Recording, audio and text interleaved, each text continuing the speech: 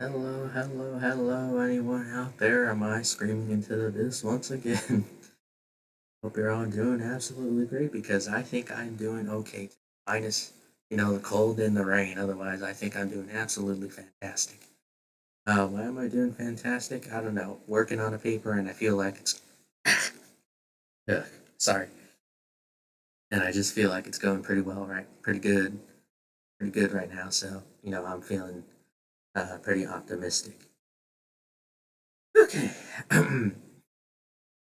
It's Monday, my dude, so you know what that means. We are going to get back into Demons Recollect as soon as I can actually find it. I actually have my library of, there it is, choice of games and host of games stuff, kind of like in order of what I think would be a decent timeline if everything was like in one shared universe. So I know I have it going up from like, kind of like near cave or pretty, you know, uh, low civilization days going up to uh well, it's actually more separated into two parts, kind of, I guess.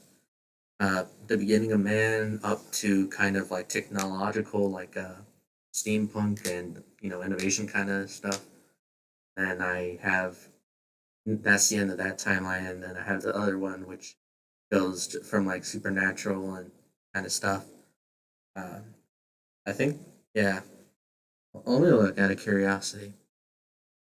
Yeah, I know first one is basically like weird technological advances and everything up until the disaster of an apocalypse. And I have okay, and then I have kind of like the magic and monsters kind of thing going on. And afterwards, that's when I have zombie or yeah, the zombie apocalypse and monsters stick together. And afterwards, that's when I have another technological thing, kind of, but it fits into advancing into superheroes and space beyond that. Yeah, it's a kind of weird setup, but hey, it works for me, man. Works for me. All right, let's get back into the story. Pretty sure I wasted enough of your time. Okay. Oh yeah, just as a, I got some sparkling water, and it tastes pretty bad. I don't know why people drink this thing. I don't know why I'm continuing to. Well, probably because waste not, want not kind of deal. Ah, why would anyone want to taste carbonated water? It's disgusting.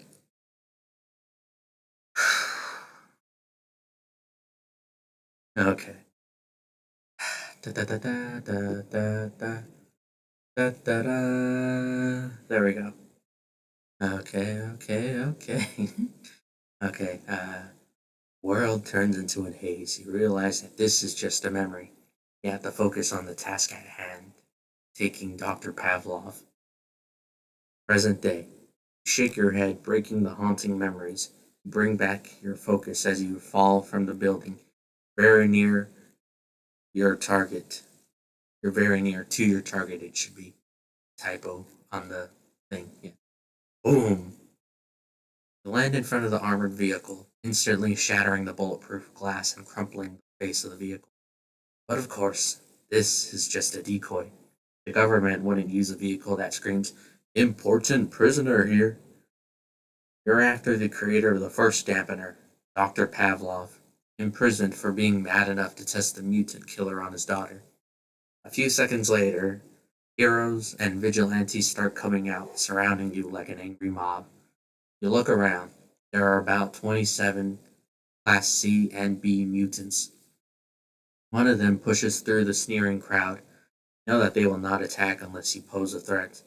As if destroying an armored vehicle effortlessly isn't threatening enough.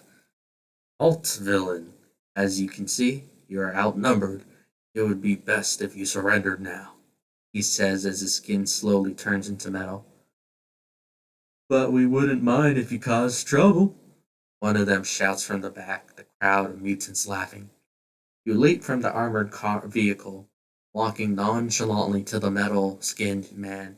Other mutants back away, unnerved at your confidence. Tell me your name, hero, you say. I am Malloy, and you interrupt him with a punch. Causes a metallic sound as it hits his jaw and sends him flying back towards the building. The others gasp, then begin to rush towards you while roaring in unison. One of them lunges behind you. You smirk under your mask and fight them with finesse. You grab the arm of the one who lunged behind you, then throw him away like a piece of crumpled paper. Fold your arm behind your back, taunting them with your other. I'll take all of you down with one arm, say. They swarm you like hornets, but you just sidestep, duck, and dodge while using your hands to karate chop their necks. A few minutes later, all is left are unmoving heaps of flesh. Groan catches your attention. Whip your head around and you spot Alloy, charging towards you like a bull. He throws a punch. His eyes widen, surprised that you swat his fist with a simple wave of your hand. Using his momentum, you thrust your palm towards his chest. You apply just enough amount of force to send him skidding onto the street. He struggles as he stands up. You notice the imprint of your palm on his metal-coated chest. What do you want, villain? He says in between breaths. Tilt your head, noticing that his metal-coated jaw is twisted from your sucker punch earlier. Villain, why would you assume that I'm the villain here? Say with genuine curiosity. Yes, I know I messed up that line. Look, it's kind of hard to gauge which voice I'm supposed to use, who I'm supposed to be playing until I finally see a name. Alright, this next one's Alloy. Cause I attacked you and you're a hero? You cut him off. Everyone is a villain in someone's story, you snort. I don't know if that's what a snort is. I never understood what a snort was. I don't think I've ever done it. That's enough of me rambling. Glance over your shoulder, catching a TV van as it parks hastily. A reporter, along with his camera, rushes out from the van. They are stopped by another hero wearing a thick white suit with streaks of orange. Her hair and her eyes have the same color, fiery red. It would be unwise if you interview this scum. Please leave the area until the threat has been dealt with. She nods at the reporter before turning her attention back to you. Alloy, go back to the HQ and report, she says sternly. Then Alloy nods and scampers off. Ah, uh-oh. Whoops, I've been doing the wrong voice. I'm sorry. I am Ember. I have a proposition for you, she says while hovering a few inches above the ground. You surrender now, unharmed, or I will burn you. She conjures fireballs in her hands. It's time to pummel her and her ego to the ground. Formulate a plan. As much as you would like. Sorry. Blah, blah, blah, blah. The lips, the teeth, the tip of the tongue. The lips, the teeth, the tip of the tongue. Okay. As much as you would like to observe how Ember's powers work, you just don't have the time for that. You need to end this quickly before other Class S heroes arrive. You're not worried that you'd get burned. Your powers have returned. The only problem is, your costume isn't fireproof. Luckily, she might think that you used a bomb or a trap of some sort to defeat this many mutants. What you need is a distraction. Ember throws fireballs at you. Each one is twice as larger than the previous. Dodging them is a breeze as you rush towards a parked car. Using the car as a shield, you slowly get in range for your throw to be precise and close enough for you to cover the distance in one single leap. Getting closer. You're in range. Precision. You throw the car towards her. It's time. Ember's line of sight is obstructed by the car. You don't care if she dodges because you know which direction she'll dodge. Bending your knees, the concrete begins to crack as you leap towards Ember faster than a bullet train. As she shifts her position to dodge, she catches you in the corner of her eye. Ember doesn't have enough time to react. She lets out a short breath as you tackle her towards a building. Crash! Dust and concrete fly through the air as you crash. You roll over before standing up. Check if your costume has sustained damage. Unfortunately, a huge tear on the lower part of your costume exposes your abdomen. You brush your fingers over your mask, has a few scratches, and hopefully it's not cracked. Ember coughs as she rolls over, placing a hand on her knee. Well, that was rather surprising, she chuckles. Crack a joke. Is this the part where I laugh maniacally? Say sarcastically. Ember groans in pain as she tries to get up. But now, scrap metal called me a villain, so I assume that I now have to laugh like one. You smirk underneath your mask. We'll see if your sense of humor lasts when I take you out. Out? You're gonna take me out to dinner? You chuckle. Turn around, walking towards the gaping hole. Your phone beeps. Luckily, it has not been destroyed. Text message from the mercs that you hired. Got the doctor. Tighten your grip, crushing your phone. You had to hire muscle. It would have been annoying if you went solo. You had to distract the Class S heroes by attacking the bait, and surprisingly, Ember arrived first. The others must be on their way. It's time for you to meet up with them and complete the transaction. Sirens echo through the street. Sound of a chopper approaching alarms. You. You leap from the building, vanishing like a ghost. A few minutes later, at Heaven Sent, partygoers squirm as they pass through tables and crowds. Strobe lights along with the upbeat music set up an odd ambiance, like the atmosphere is making you happy. In an odd way. The bouncer nods as you enter the elevator. You've been here a couple of times. Strictly business, of course. Even though Lucifer insists that you should have a bit of fun. Just don't have the time for it. Need to execute your plan with no distractions. Waiting for the elevator to go up. The elevator opens with a ding. You spot Lucifer getting ready for one of his speech, which is just him screaming, "Drinks are on me" at the end. Where's Dr. Pavlov? You ask. He places the glass on the side table. Always business and no pleasure, he purrs. And of course, how could you forget that? Ah, damn, sorry. And of course, how could you forget that he keeps hitting on you? Ever heard of the word fun? He smirks. I assume you've already dealt with the mercs, you say sternly. Asking Lucifer to hire mercenaries was a risk, but it was necessary. Well, yes, that was the deal, wasn't it? He tilts his head. Doctor, someone's here to see you, he shouts. A man in his late 60s comes out of a room wearing fashionable clothes which you think Lucifer bought for him. After all, being a prisoner doesn't give you a huge wardrobe. He walks towards the minibar, then pours himself a drink. You can see the result of old age. His thinning chestnut brown hair with streaks of white, skin all wrinkly. Lucifer approaches you with a smile. You should talk to the old man. He didn't even resist when the mercs brought him here. He did complain about the noise, however, he says before heading towards the elevator. You owe me one, he shouts. The doctor is in the house. As you settle next to him, he lets out a sigh after he empties his drink. I know you. You're that ancient they dug up, he says without looking at you. Did Lucifer tell you? Lucifer can make things appear and disappear for a favor. It's not uncommon if some petty criminal runs towards him asking for a favor. He shakes his head while pouring another drink.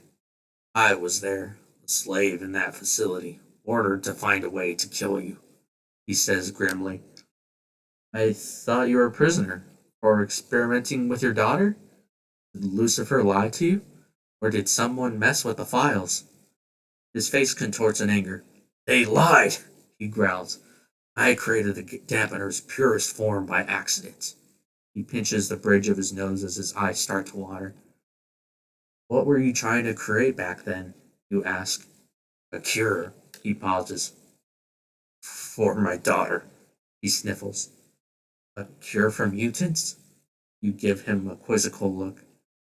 My daughter was mentally ill, and being a telepath didn't help her. He says, croaky voice quivers. He leans on the counter, rubbing his face with his hands. So, how did the government catch wind of you? She could drive anyone into madness or fry their brains unintentionally. I eventually created the dampener, thinking that it was the cure. When her powers went dormant, that was the first time I saw her sleep peacefully.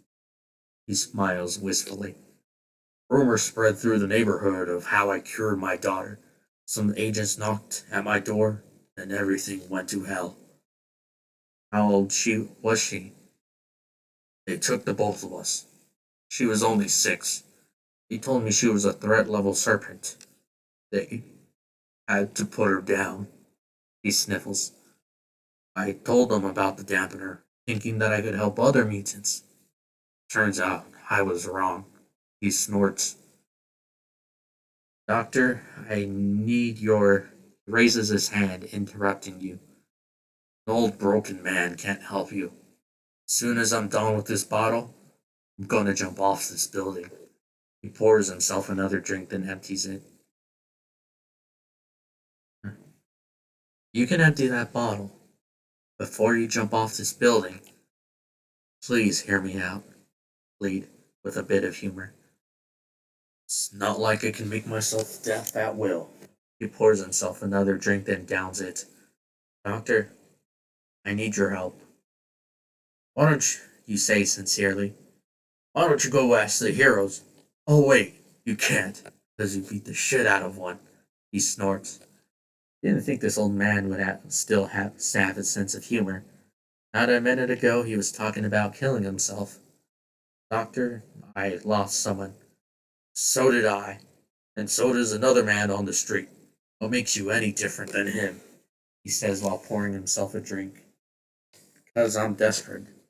Perhaps you'll find redemption, he says flatly. Redemption is long overdue. He empties his drink. Did you also use that as an excuse when they took your daughter? You say in a mocking tone. I did. You cut him off. Nothing you did. Nothing. Did nothing and just watched as the two of you were taken. You just complied because he had the authority to take her away from you. He did nothing to bring her back, but mope. Glances away. Guilt crosses his wrinkled face. But if you prefer to drink and die, I'm sure your child would approve that, you say sarcastically. He looks back at you with a face ridden with anger and guilt. Do you have a lab? I'm about to have one. You wink. All you have to do now is make a deal with Lucifer.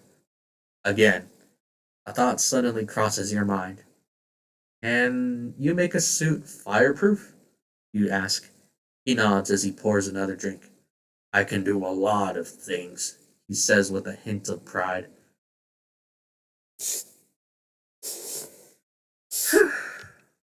Lucifer comes out of the elevator with a stride. I see the mood around here is grim, he says with a smile. You rise from your stool, heading towards the elevator. I'll call you next time when I need something, you say as you pass Lucifer. Kits, how do you make holy water? He smiles with an anticipation. Glance over your shoulder, then shrug. How should I know? You boil the hell out of it. His laughter echoes across the room. Spock, Dr. Pavlov shaking his head while face palming. Did you just stride all the way here just to say that? You arch with a questioning brow. Come on, you gotta admit it was funny. He grins. You shake your head as you head for the elevator. A new day. When you ask Lucifer for a new apartment, you didn't expect that he'd destroy a floor in his building, then renovate it into your apartment. And the price for that favor is? Be his temporary bartender for a night. Scratching your head, you walk towards the living room with a cereal bowl in hand. You forgot that Scarlet is gone and there's no one else but you to do the groceries. The sofa bounces as you sit down.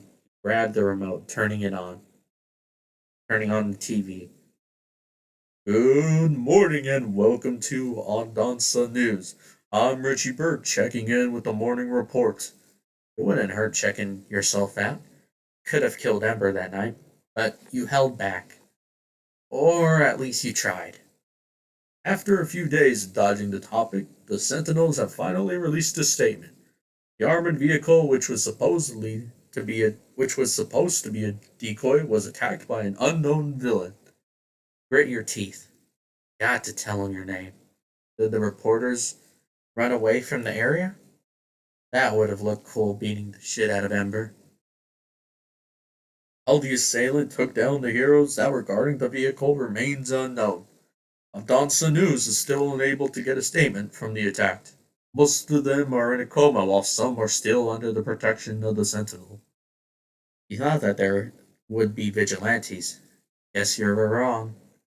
Still, it wouldn't have been nice if it caught a video of you beating the shit out of their heroes. In other news, you switched the TV off. Perhaps you should have left your name or something. Even though infamy isn't your goal, a bit of recognition wouldn't hurt. You've, your beeping phone catches your attention. It's a text from Detective Kate. Your lips curve into a smirk and still remember how you broke into the detective's house 2 weeks ago. Perhaps breaking into the detective's house isn't the wisest idea. But she's the only one who can help you. How did she even know that there was a murder? And she arrived at the scene almost instantly. You sit on her couch, you hear her humming inside the kitchen. Her footsteps get louder as she walks towards the living room. Ah, who the hell are you? I mean, Freeze. Can't help but smirk at how ridiculous the situation is. Her back is pressed against the wall, pointing a spoon at you threateningly.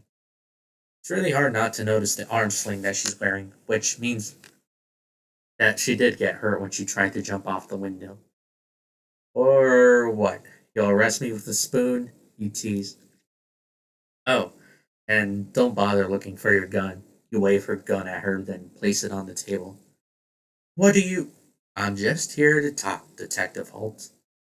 Yes, I did read your file, you say in a soft voice. Holt relaxes, but still keeping a suspicious eye at you. She slowly walks towards the chair and sits across you, and she finally settles down. She takes a scoop from the bowl of ice cream that she's holding using her injured arm. Go on then, talk, she grumbles as she eats her ice cream like a kid.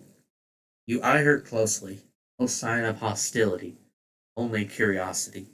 Detective Holt looks nothing like the file Lucifer provided. You saw the picture in the file. Well groomed hair, leather jacket, jeans, and combat boots. In other words, brimming badassery. On the other hand, what you're looking at right now is completely the opposite. Unkempt black hair, big square shaped glasses, white pajamas with blue stripes, mouth stained with chocolate, and bunny slippers? Why are you looking at me with like that with so much intent?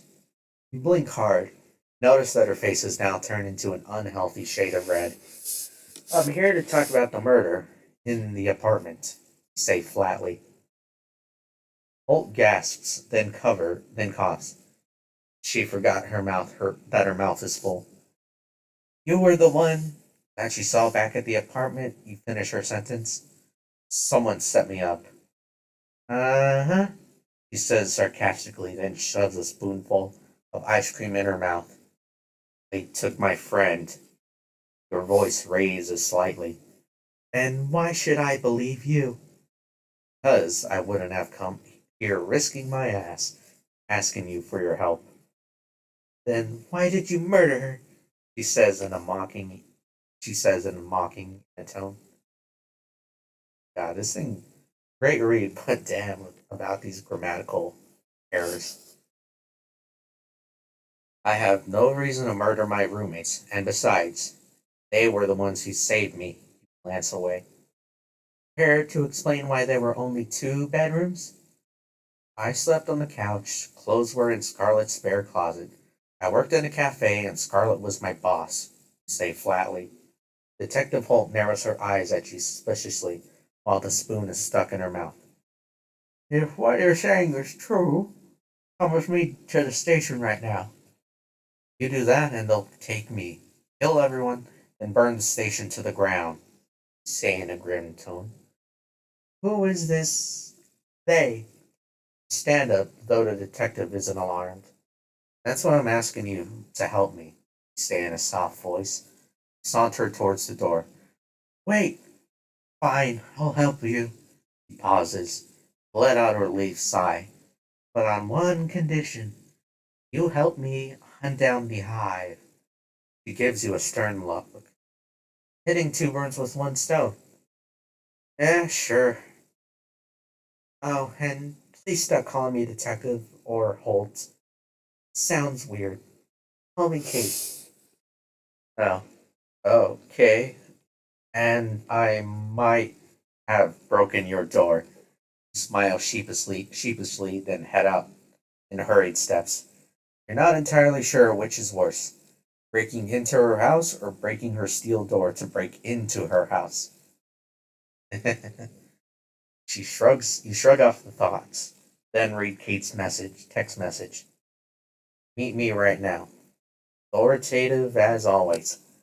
Get up, then head towards the shower. A few minutes later, the detective leans against her car, arms folded, fingers tapping impatiently.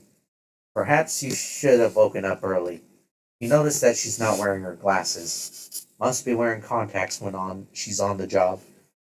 The detective sees you approaching. She glares at you with disappointment. What took you so long? Can't you even run while wearing that? You gesture at her jeans in an attempt to change the topic. Kate is wearing a leather jacket, jeans, and sunglasses. Did you just. She points at the car where you just parked. She might have noticed that you rushed through traffic.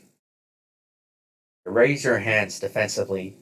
I didn't see the traffic light, say while taking a half step back.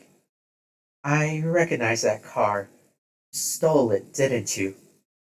Why? Because I'm still wanted? Your answer earns raised brow from her. Your shoulders sag in defeat. Well, okay, I stole it, but not because I'm wanted. Smile sheepishly. Kate rolls her eyes. Anyway, I couldn't get the files, but I did manage to acquire information, she says pridefully. There's an upcoming auction. So what? Go there and bid for an old toothbrush? You snort. It's an illegal auction, she says, conspiratorially. And I already did my part. Now do yours. Right, that was it. She gives you info, and if that's related to the underworld, you do the snooping. You're about to answer, but a text stops you. It's from Pavlov. Lucifer has provided me a lab. Come meet me. Right now. Bury your phone in your pocket. When you glance at the detective, you find your personal space is already being invaded by her. Faces only a few inches away. What are you hiding? Uh, Nanya. Nanya? None your business. Chuckle. Kate turns around and shouts, Hey guys, I think I found. You cover her mouth. You let go. Then she turns around, brow raised. Okay, it's nothing serious, I promise. Kate eyes you suspiciously as you head towards your car. At Dr. Pavlov's lab, there's a soft rhythmic clattering of machines inside Dr. Pavlov's lab. It looks more of a high-tech garage than one of those usual labs. Dr. Pavlov is hunched over his desk, scribbling something. Nice garage you got here, he snorts. He sighs as he takes his glasses off, rubbing his eyes. It's better than nothing. Anyway, I called you here because of this. He slides a piece of paper on the table. You gaze at the paper, a picture of a metal ball with six crab-like legs. You frown in confusion. Um, it's an iron crab ball? What? He lets out a croaky chuckle when he realizes that you're being serious. No, that's actually a nanobot. I need at least a single container of it. When the confused look is still on your face, he slides you another piece of paper. It's the picture of the container. Just get me this container, he sighs. How? You ask. Where can I buy this? He sighs as he takes his glasses off and looks at you with a tired expression. You can't. Those are illegal. Those aren't just your typical nanobots. Those are self-replicating nanobots, he says as if that will answer all of your questions. One small question. Why? I need it for your costume, he says, disgust, while air quoting. It's resistant to extreme temperatures, and it can fix itself in a few seconds, provided there's an object made out of iron that it can feed off on. But why iron? Isn't it? That's why I need you to steal this. He slides you another picture of what seems to be a perfect sphere. A marble? A light bulb.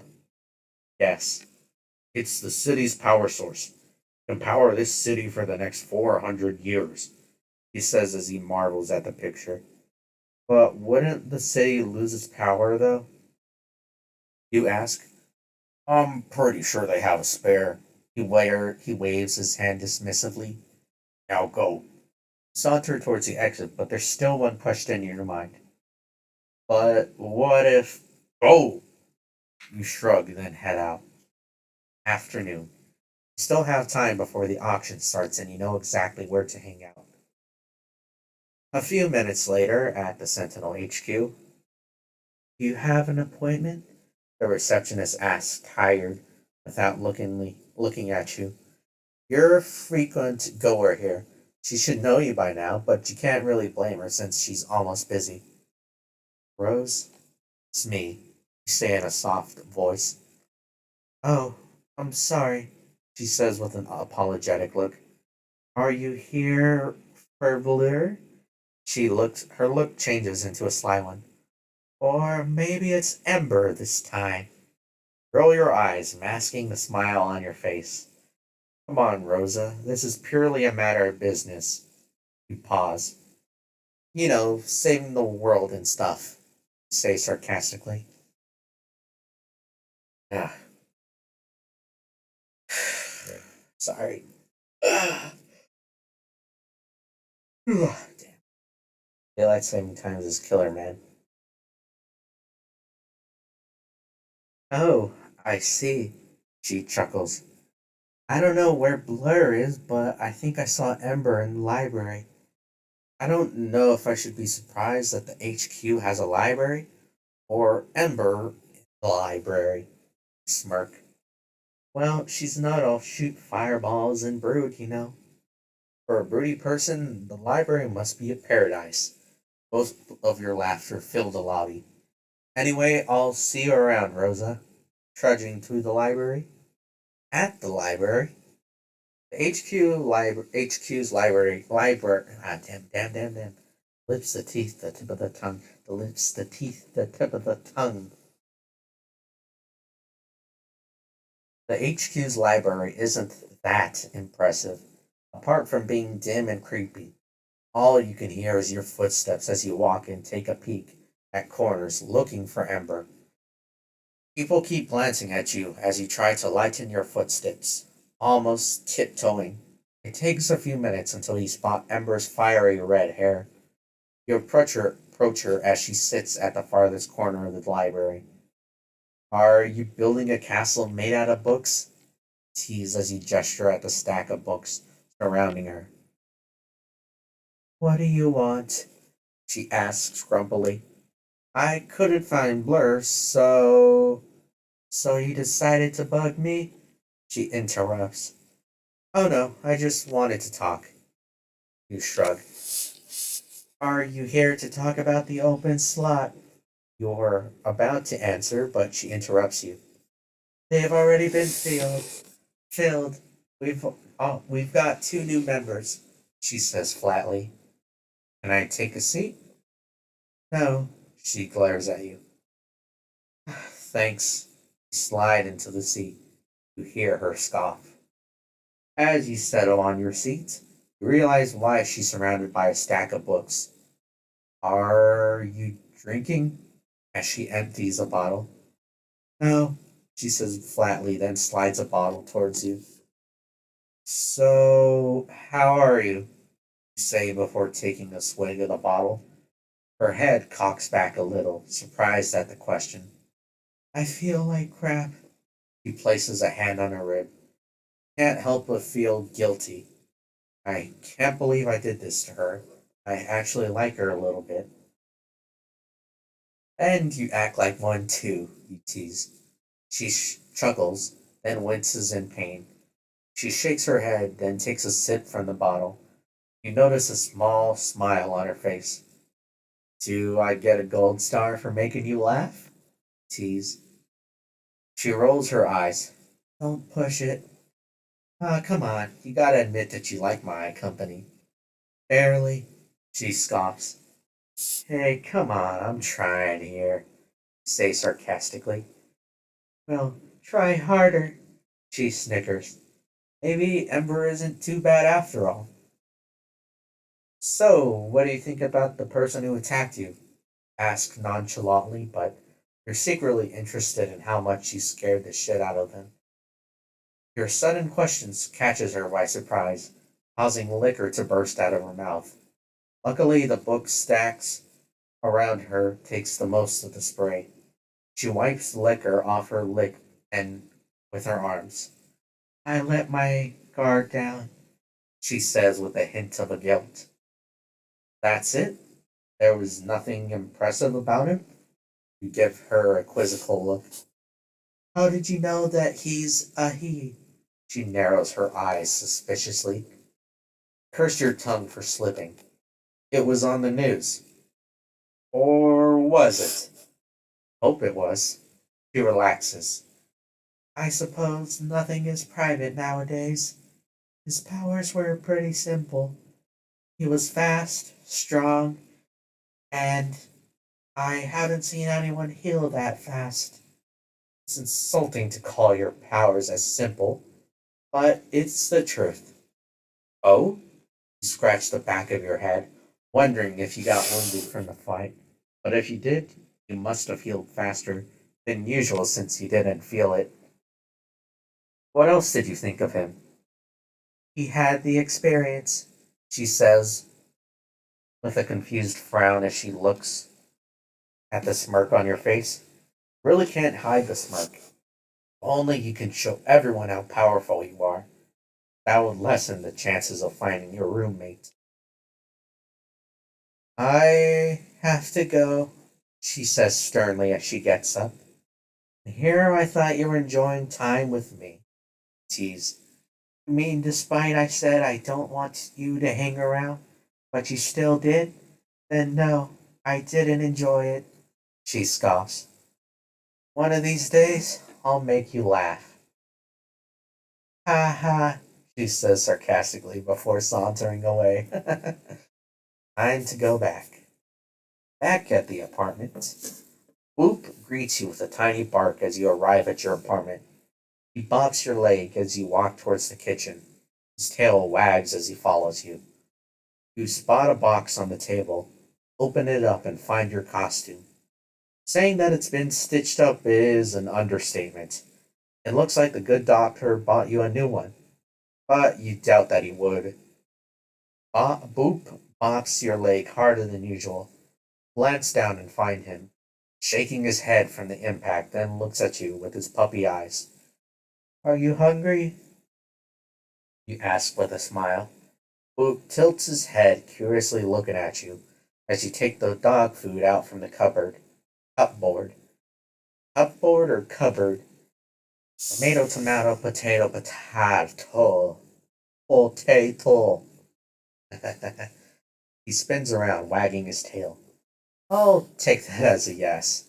You chuckle as you fill his bowl. Happily eats. Someone knocks at your door. You head towards the door, You open it, it's Lucifer. Ah, what do you want? Asks tiredly. He immediately enters the room without your permission. I came here to offer you a favor. He winks. You fold your arms. A smirk tugs at your lips. You mean you're asking me for a favor? His amused expression immediately drops. Potato, potato. He pauses. I have the floor plans to the auction. You're not exactly surprised that he knows about something that's illegal. He is the devil after all. So, I just want to let you know that there are 3 containers of nanobots at the auction. He smirks. How did you? I'm the devil, he says flatly. I know where the auction is being held. I have the floor plans. I'll give it to you in exchange for sorry, in exchange for one simple thing. Go on, you say as you arch your brow. I need you to steal something from me, he says hesitantly. What? You snort. Why not just buy it or use your mysterious powers?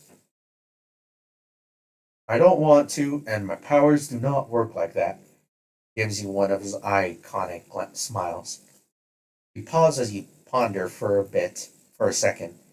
Going in blind into a casino full of villains isn't a problem, but your suit is. Fine, tell me what you want me to steal. It's my old weapon. I want you to help me steal my old weapon, the Morning Star, he says sternly. For a moment, thought he was joking, but he isn't. No matter how hard he tries to hide in his mask, still see the genuine expression of fear. But it's already gone in a second, and his expression returns back to the charming devil that he is. I didn't know you had a weapon, you say as you give him a quizzical look.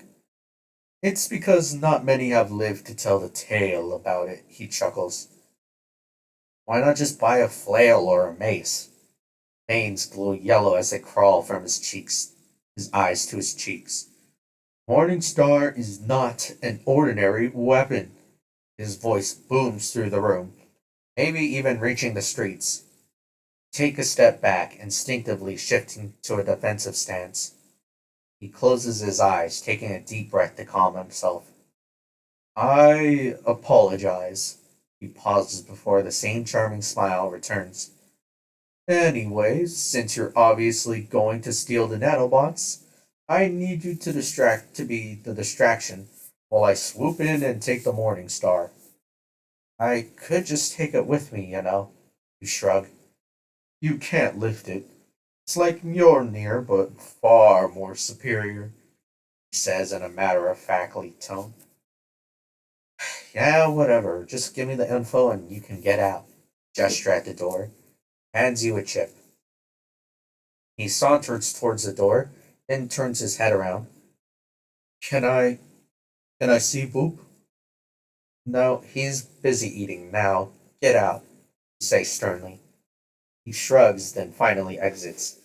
Let out a relieved sigh, and you need to be cautious around that guy. Head to your laptop and insert the chip. Time to plan. Looking at the floor plans, it seems that the auction will be held inside the casino itself. Using a deck of cards as currency, a list of codes which correspond with the items. It prevents suspicion. The only question is, you need to steal and make a distraction. And to be a distraction, you'll have to use your entrance. I think I saw a party supply. These grammar errors, man. I think I saw a party supplies sale. I'll show them how to party. That sentence came out, I don't know, a bit rough. There was a party supply sale that you saw on some website yesterday. Quickly search the website. Scrolling down their list of services and party supplies. You need something big, something attention grabbing. And then you find it, a party bomb. device which releases confetti through a modest explosion. But you need more. Something that makes the plan extravagant. Fireworks. Order the materials and hire the services offered. Instructing them what to do? You're pretty sure Pavlov wouldn't mind if you used his credit card. After all, it is stolen.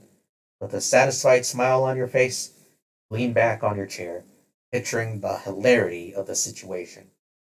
4 hours later, midnight. City lights twinkle as you're perched on the casino's rooftop, just like the gargoyle beside you. Down below, people's heads wriggle around like a stream of ants. You're waiting for the guards to stop everyone from entering, or it's the time when the auction starts. The sign when the auction is about to start is when Lucifer enters the building. It won't take long. Suddenly, something catches the corner of your eye. Movement.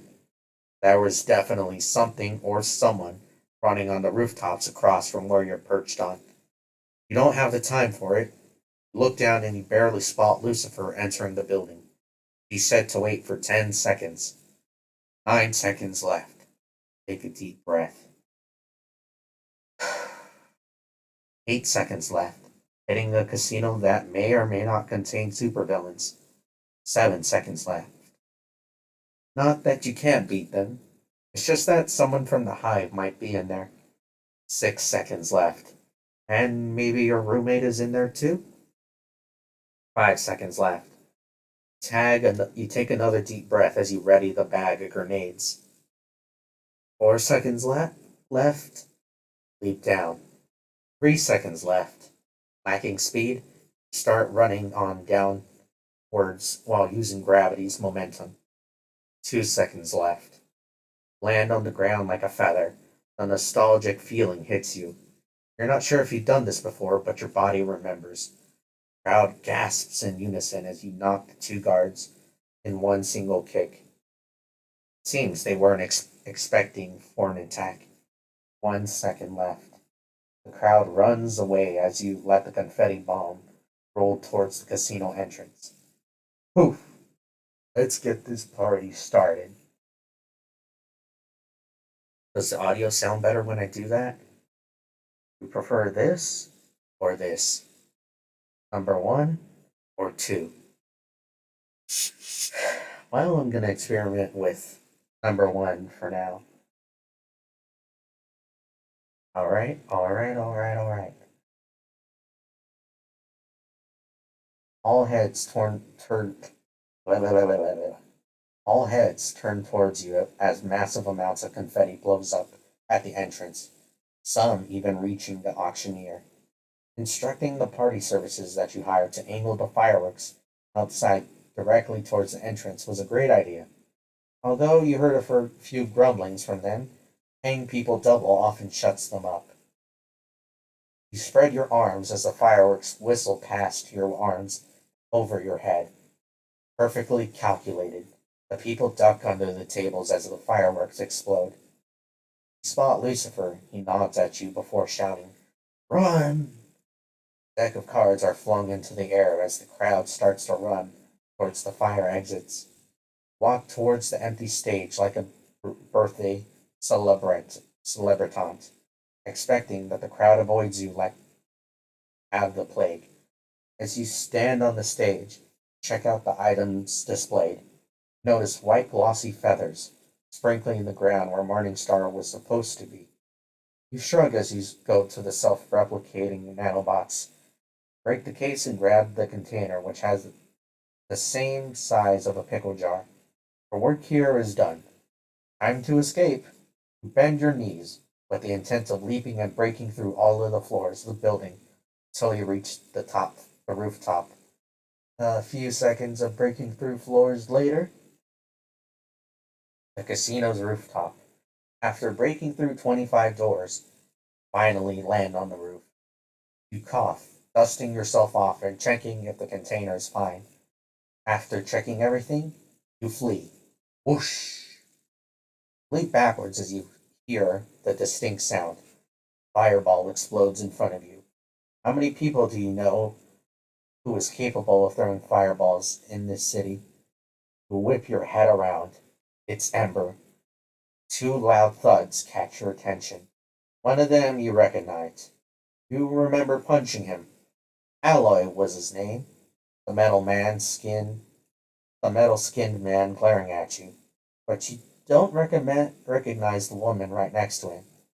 Her skin is made out of smooth stone. Now the question is, where's Blur? Just a wind akin to that of a helicopter catches your attention. Turn to welcome. Turn your attention to the newcomer. Her long, wavy blonde hair cascades down to her ample chest below her blue domino mask. Her rosy cheeks. Doubt that it's makeup. Her suit looks just like a musketeer, with a few fashion modifications. The design like makes it look like to reduce air resistant. Stay out of the way, bounty hunter. Ember warns the musketeer, not even bothering hiding the disdain and annoyance in her voice. Tuck the nanobots closer to your chest as you instinctively duck, and feel a soft breeze over your head, only to realize that the newcomer has attacked you. Jump back, gaining distance. Can't run away like this. Not that it will be a problem for you. You feel another presence behind you, moving at an incredible speed. You spin at just the right moment, dodging the assailant's attack. Spawn, catch a glint of silvery hair. Crap, it's Greed. Her feet skids on the concrete as she tries to regain her balance. You hear choppers, probably the media. This party is rather spontaneous, don't you think? Anyway, who wants to dance first? Smile behind your mask as you tuck the container near your waist. I'll have a go. Greed winks at you. All of you, surrender now. Ember shouts, slightly pissed as you and Greed seem to not be taking the situation seriously. I wonder how many times that worked for you, Greed mocks Ember. I am Tempest, and I am here to end him. She points at you. I'm sorry. I'm running out of ones that I can remember. I am Greed, and I'm here to steal what he stole. Now that we've properly introduced ourselves, shall we? Greed does with a theatrical bow while chuckling. Battle Royale. As the choppers circle around the rooftop, spotlight constantly passing by each of you, everyone starts looking at each other, assessing the strengths and whatever advantages they can wrangle in this rooftop. Everyone, even you, can sense the tense atmosphere, and everyone is thinking the same thing. Who attacks who? The metal skinned man known as Alloy rushes towards you. So does the stone skinned woman. But they are all blocked by Tempest, the bounty hunter, who refuses to let anyone take you down but her. Oddly, Ember flies towards you with fists on fire with the intent of striking you hand to hand. Catch strains of silver hair at the corner of your eyes as it rushes towards you in a blur. Greed is taking you down. Need to act fast. Duck and do a leg sweep. I should be able to dodge Ember's attack from above and probably trip Greed, if my calculations are correct. You tuck the container to your abdomen as you duck, dodging Ember's fist. Then you perform a leg sweep. The attack causes Greed to tumble and skid on the concrete. Twist your body before Ember regains her balance behind you. You launch an uppercut which hits her chin. The force is enough to send her flying, falling off the rooftop.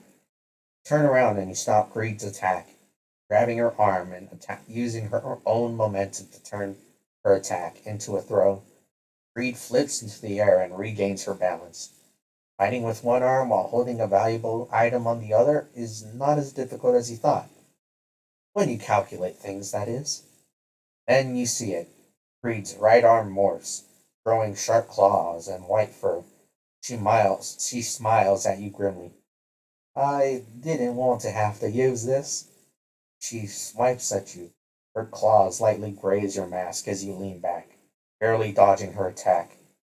It goes on like this for a few seconds. You dodge and she attacks at an incredible speed. Need a distraction. Toss the container up in the air. Her eyes follow it. Send a kick, but she blocks it due to her speed. You can hear both of her arms crack as she stumbles and skids to the ground. Breed coughs of blood as she gets it. It. Now I look like a T-Rex. Chuckles before running and leaping, leaping off the rooftop in a blur. One down, five to go. A sigh of relief escapes her lips. Luckily, Ember's teammates and Tempest is still busy on the other side of the rooftop. Check the container for damages. Fortunately, there are none. Or so you thought. Leap back, or tornado drills through the surface of the concrete. A violent wind slowly dissipates, revealing Tempest, pointing a rapier at you. She looks disheveled from her recent fight, but still impressed. If she took care of two Class A heroes. A loud cry catches your attention. Sidestep as Alloy's fist hit in the concrete. The stone-skinned woman lands behind you. You're surrounded by Class A heroes. You already took down two Class S. These three won't be a problem. He's mine! Tempest shouts at the heroes. Like, that's a temporary voice until I can figure out something out, okay? Just bear with me. We can't beat him if we keep on fighting each other. Tempest's frown is visible beneath her abdominal mask. Fine, but I get to decide what to do with him in the end. Agreed. Agreed. Agreed. Both heroes say in unison.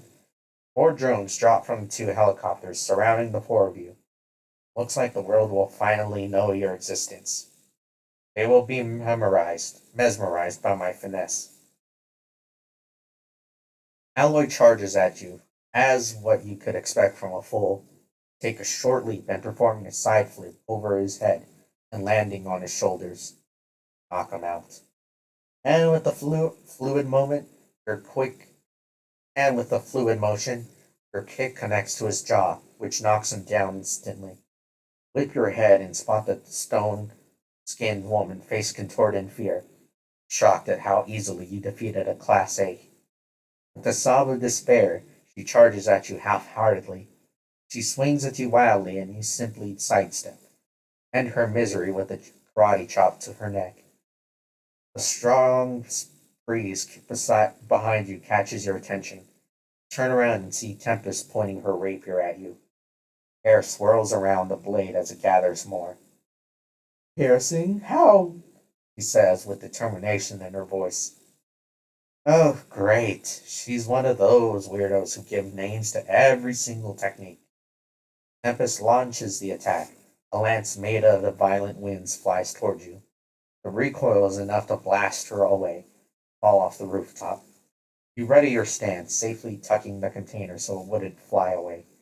Mustering all of your strength to your free arm, drive your fist toward the spear-like tornado. Dig your heels as it pushes you a bit. Chunks of flesh fly as this drills through your fist. Grit your teeth, enduring the pain. The violent attack dissipates, leaving your arm in bloody ruins. But you can feel the warm, soothing feeling as it starts to heal again. One of the drones approaches you, shining light upon you. Spot a tiny microphone near its spotlight. Show them your sense of humor. Grab the drone, making sure that the media can hear you. And that's how you host a party. You laugh. Crush the drone and grab both of its propellers throwing them towards the helicopter's spotlights like shurikens. As the spotlights release a few sparks and jitters before dying, you stride and leap off the rooftop, vanishing into the night. At Pavlov's lab. Ah, sorry, let me drink some of that disgusting. What the hell is this thing called again? Sparkling water. Unfortunately, I do not have any regular water with me at this time. Ah, you know what this thing reminds me of? Stomach acid. Ah, but I think the most popular one people drink is that LaCroix stuff, right? Croy, sparkling water.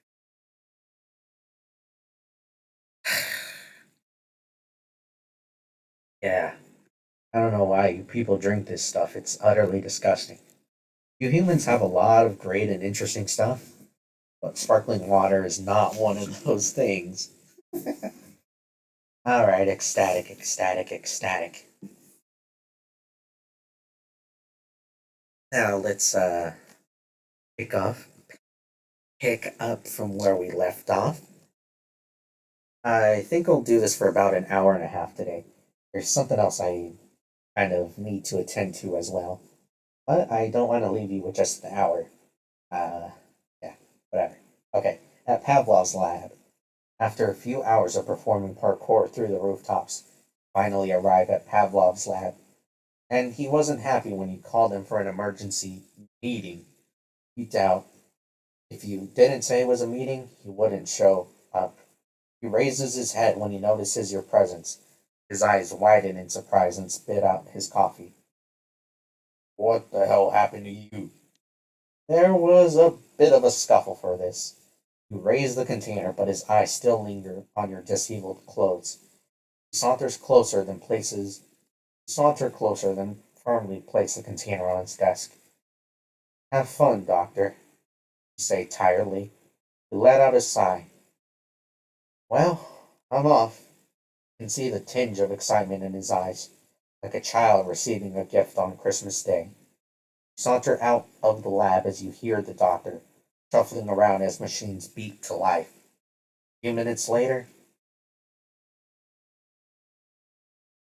at your apartment, take your torn top off and throw it towards the couch. Deft hands grab the remote, turn the TV on with excitement. A video of Ember falling immediately greets you. She barely regains her flight, which causes her to skid to the ground, crash into a car. Switching the channel again, another video of you taking down three opponents. News channel highlights your message. Casino mayhem. Is the public afraid of the new supervillain Killer Farmer? Your featureless mask with two slits for the eyes is the last thing you see as you turn the TV on. You feel stoked. I look really cool on TV. Maybe you should prepare a few lines next time. Can't help but be disappointed that the Sentinel didn't release the footage of you beating the crap out of 2S, Class S. You stand up. Next time. You let out a sigh as you get ready for bed. Next chapter? Chapter 4. Right, Legend Rising. The next day at your apartment, you sit at the couch with a bowl of food in your hand, browsing through the internet. Social media page piques your interest. A fan page about you. Killer Farmer Rising. Scroll down. So far, there's only 3 posts, but the page already has 30,000 followers. Check the date that the page was created. It's the day after you took Pavlov. Click one of the articles. Last night, a group of mutants robbed a bank. A few hours later, after the casino mayhem, the public grows doubtful the Sentinel's capability as killer farmers still on the loose might have been the influence to the group's audacious move. Odonsa City, no longer third of the world's safest cities. Mayor puts the blame on Sentinel's incompetence. Scroll past below the uninteresting political article links. Comment section. At Canor_McGregor. Not sure if the Sentinels are weak or if this villain is too strong. At Doge is fine, 10. Oh no, he's hot. I'd screw him 10 out of 10. At Miss_Winch. These have made the heroes weak. This villain is your wake up call, Sentinels. OMFG, do your job. Your browsing gets interrupted by Pavlov's call. Press the phone's loudspeaker, then continue to browse. Yeah? Pavlov clears his throat. I've got some new design for your costume. He pauses as though he needs time to recover from mentioning the last word. Come meet me at the lab as soon as possible. Call ends with a beep, and you let out a tired sigh as you try to finish your breakfast. Few minutes later, at Pavlov's lab, you find Pavlov hunched over his desk, scribbling something out on a piece of paper. You wonder why he doesn't use text to illustrate his drawings and calculations. He lifts his head up and adjusts his glasses. Ah, excellent. Now that you're here, would you mind standing on the platform? He gestures at a white platform elevated a few inches from the ground, riddled with lasers and gadgets that may or may not be harmful. He sees the nervousness in your eyes, which causes him to chuckle. Don't worry, devices are designed to scan your whole body. It'll make things easier for me. Trust me. He sighs tiredly. What seems like 100 beams of light shoots all over your body, moving carefully as to not miss any detail. It only takes a few seconds before the old doctor motions you over. Finally, get to sit down on the seat beside Pavlov's desk. He sits down, then places his notepad full of scribbles. A hologram pops up from his desk. A 3D image of your costume slowly rotates. Another window pops up with an image of a necklace, pair of bracelets, and anklets. I'm going to reprogram the nanobots to imitate the texture of the fabric your skin uses, and I'll use it again. And I'll also use these accessories. He adjusts his glasses again. Why does it have to be five accessories? Accessories. God, I can't say that word. For today. Ask. The bracelets will release a swarm of nanobots that will cover most of your arms. Anklets will do the same for your lower body. And finally, the necklace will cover your torso and create your mask. I will also modify your mask because I think it hinders your peripheral vision. Gives you a do you understand look. Nod along with a non-committal shrug. These nanobots are flexible. I can almost turn them into anything. But since you only took one container, our options are limited. Lets out a tired sigh. But you only told me to steal one container, protest.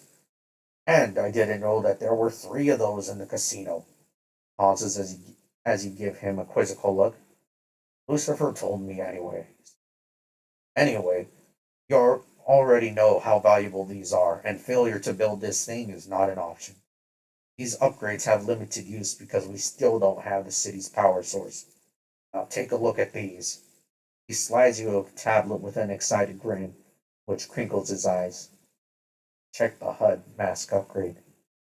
A full image of your costume rotates, zooming in to a single nanobot.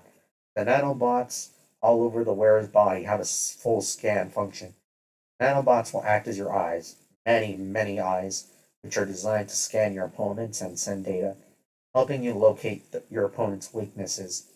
Unfortunately, due to the massive power cost of the full scan function, it will take a certain amount of time to recharge.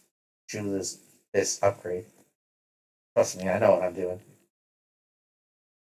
You place the tablet on Pavlov's desk. After a few seconds of buttons mashed, scanning. Sorry. A button smashing and beeps and pops. A hologram closes and a new one pops up. Now let's do something about the aesthetic of your costume, he says with a hint of disgust for the word. The only way to use the special function is to enter assault mode. In short, your whole body will be covered in nanobots. Make it something funny, but respectable, even though they might think that you're a psychopath. No, people might mistake you for a psycho, he says in a matter of factly tone. The hologram disappears. He turns his attention to you. You can leave now, he says flatly. Rise from your seat. How long would this take? A week or two, he shrugs. He says that impatient. He says the impatient expression on your face. God damn it. He sees the impatient expression on your face. Unless you want low quality crap, he snorts. Oh, and one more thing. He turns around as you hear his old croaky voice. What's the plan? You've never thought that you'd get this far. You've been winging it. What? Taking down a huge organization isn't a walk in a park? Shake your head, ignoring the old man as you saunter towards the door. I'll see you in 2 weeks. Wave your hand. Have a break, have a tic tac. Outside Pavlov's lab, your phone vibrates. You fish it out of your pocket and see a call from Lucifer. Can't help but be suspicious about it. Want to hang out? I'm at a bar near the beach right now. What do you really want, Lucifer? Don't bother hiding. Oh, damn, this is a phone call, sorry. Want to hang out? I'm at a bar near the beach right now. What do you really want, Lucifer? You don't bother hiding the hostility in your voice. As I said, I just wanted to hang out. But if you're busy, I understand, says with a bit of disappointment. Pause for a few seconds before answering. I'll think about it. You don't allow him to prolong the conversation. Never, you have never hit the end call button so fast in your mortal life. At the beach bar, after a few minutes of driving your new borrowed car, you finally arrive at your destination. You get a fuzzy feeling as you get out of the car, sun kissing your skin, warming it up like a mother's embrace, salty air ruffling your clothes, and of course, the mischievous seagull stealing innocent bystanders' snacks. You spot Lucifer as you approach the open bar. He greets you with a devilish smile. I thought you wouldn't come. Couldn't resist me, eh? He says with a silver voice. You roll your eyes as you settle on the seat, lean on the bar as you get the bartender's attention, who appears to be enamored by Lucifer's look and charming smile. Charming smile. Can you get my friend here a drink, love? Lucifer charmingly requests from the bartender with a smile. The bartender nods with a flushed face as she mixes the poison. So, what do you really want, Lucifer? You give him a quizzical look. I thought I already told you on the phone, he snorts. Narrow your eyes at him and he gives you a charming smile. Really? You say suspiciously. Yes, really, he replies. Are you really the devil?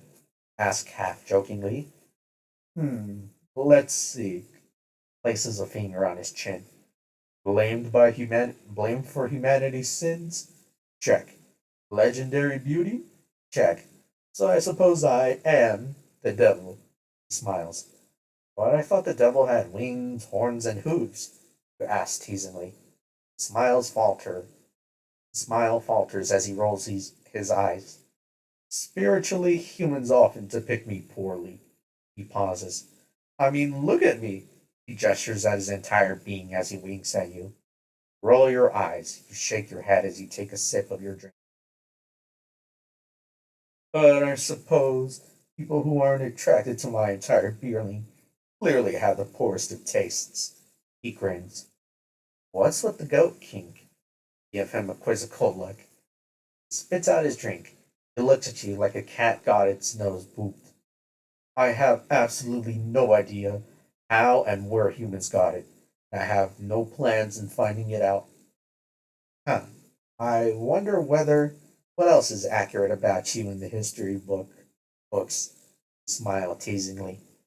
You mean the Bible? Pause at his question. Not like you read the book. Well, there are some truths that were slightly altered. Oh? Shuffle on your seat. You don't even have to fake a curious look. Do tell, say before nodding at him. If I recall, there was a curious woman who thought snakes can talk. She started talking to one that was wrapped up on a tree branch. Chuckles.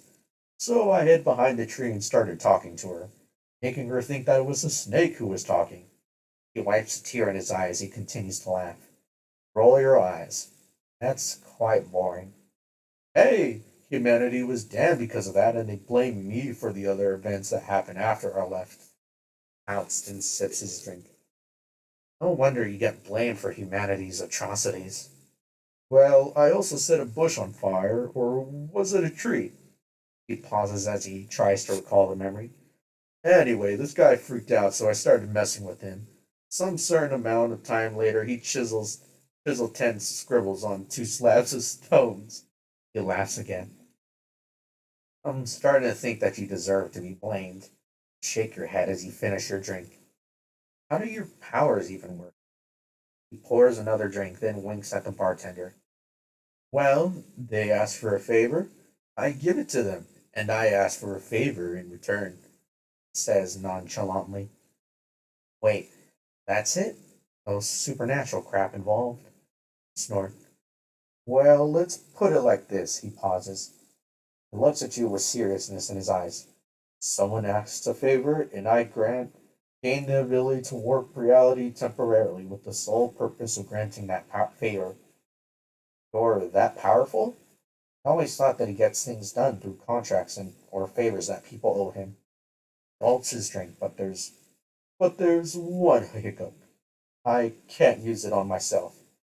Is that why you make favors, you ask? Which he nods and he takes a sip of his drink. So what exactly happens if they don't return the favor? Smiles grimly. Everything I gave them will disappear or have its effect reversed. Shrugs. Does hell exist?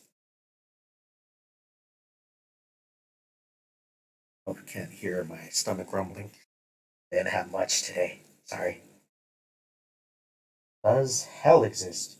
His shoulders tense up and a droplet of alcohol trails down his chin as he restrains himself from spraying out a surprise. He wipes his lip as he swallows hard. Yes, but it's not like I wanted to, he says dismissively. Oh? What's it like to roll over it? True that it's all fire and brimstone? Ask. Funny how the devil has the power of the gods. Maybe he's already on the demon or dragon tier, if it weren't for the conditions of his powers. He glares at you before rolling his eyes and shaking his head. All right, first of all, I wasn't the ruler of hell. I just used to work there. And secondly, I may have created it, but I didn't want to. I had to. Although harsh, it does have its own ecosystem. I'm the devil, not some ancient evil tentacle god. So, you're like a god? You tease. Hear him scoff as he takes a sip of his drink. No more questions.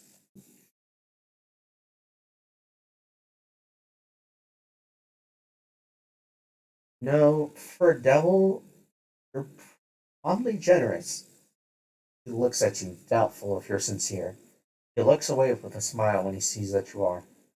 Of course. He shuffles on his seat, adjusting his posture to look seductive. Maybe I could show you my generosity in more ways than one, he says in a silvery tone. Roll your eyes. Roll your eyes. What? Think I'd forget to hit on you? Chuckles. And I'm starting to think that it's mandatory. You scoff. Anyway, I'd like to ask for a favor. Ah, damn, wrong person, sorry. Anyway, I'd like to ask for a favor. You don't even have to change to modify the tone of your voice. Lucifer, the word favor is enticing enough. His brow shoots up as soon as he hears the word favor. Oh? Your expression hardens. I need info about the hive. He blinks hard, cocks back his head with a snort, glances at you. Again. Devil's amused smile falters when he realizes you're serious. Shit, he whispers underneath his breath. Right, well, I can't give it to you, because I am bound by another contract. Or you can even release a sigh of disappointment. He raises a finger. But perhaps I can help you in some other way. Pause for a few seconds. I need to find the hive's location. He waves his hand, gesturing you to continue. And I need info? He groans. You want to find out where they are, you need to attract their attention. The hive will put down any mutant who messes up in the city which they operate. So what? I'd have to destroy the city? He nods as he considers the idea. Or you could just destabilize the city. Remember, they are lawfully evil. A slight decrease of heroes is enough to spark villainy. He shrugs. There are many ways of disabling this city. One of them is to become a villain. This time, a true villain. Announcing your presence to the public and making every politician who controls this city bow down to you. You can also hide in the shadows and pull the strings. After all, no one knows what you really are, and you're living off the grid. You could build your own criminal empire enough to rival the Hive. Truly destabilize this city, you could set criminals free from prisoners. You could set criminals free from prisons.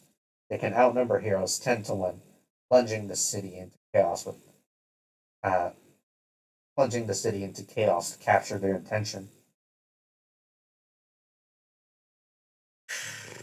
Okay, so there's Conqueror. I will bring the world to its knees. You can't kill what doesn't exist, crime lord. And I'll paint the city red and raise hell anarchist. Well, I don't want innocence hurt, so that's a no on the anarchist. I don't want to be hidden in the shadows, so that's no to a crime lord. So I will bring the world to its knees, conqueror path. You know, I noticed how you always ask people what their desire is. Change the subject. He shrugs. People are often driven by desire, and they don't mind if they want their favor to be granted. First, has anyone even asked you what you desire? Give him a quizzical look. His eyes widen in surprise. He tilts his head as he looks at you. I'll take that as a no. So, what is it that you desire? For a moment, you see the wistfulness in his eyes, yearning for something. No, yearning for someone that he will never have. For a moment, you see the grief through his unaging life, the regret that makes him who he is. For a moment, you see the guilt that he bears on his shoulders, the sins that the devil cannot atone for. As you peer into the devil's wistful and watery eyes, eyes that you often know, eyes that often knows the darkness in one's soul, feel a hint of nostalgia. And for a moment, you know the answer to your simple question. He quickly glances towards his empty glass, fingers nervously playing on the foggy, transparent tip. Don't you have things to do? Like conquer the world and all? Chuckles nervously before his lips settle into a wistful smile. You slowly slide away from the stool, patting away the imaginary dirt off your sleeve. Ah, well, of course. Uh, Scratch the back of your neck. The awkward atmosphere makes you feel queasy. Good talk. He nods, giving you a small smile and a wink as you leave the place.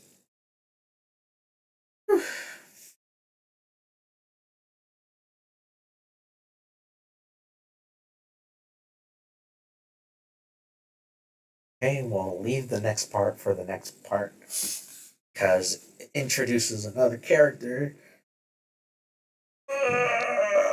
Damn.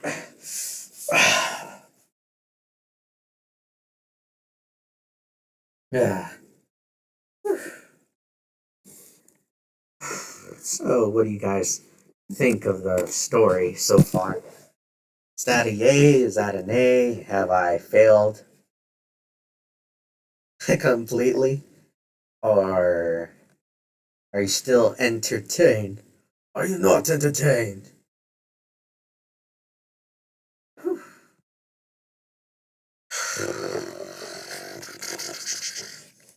Well, either way, I hope, or wait, I don't, what am I trying to say? Trying to find the words for it, but right now I'm having a brain fart. Okay. I remember.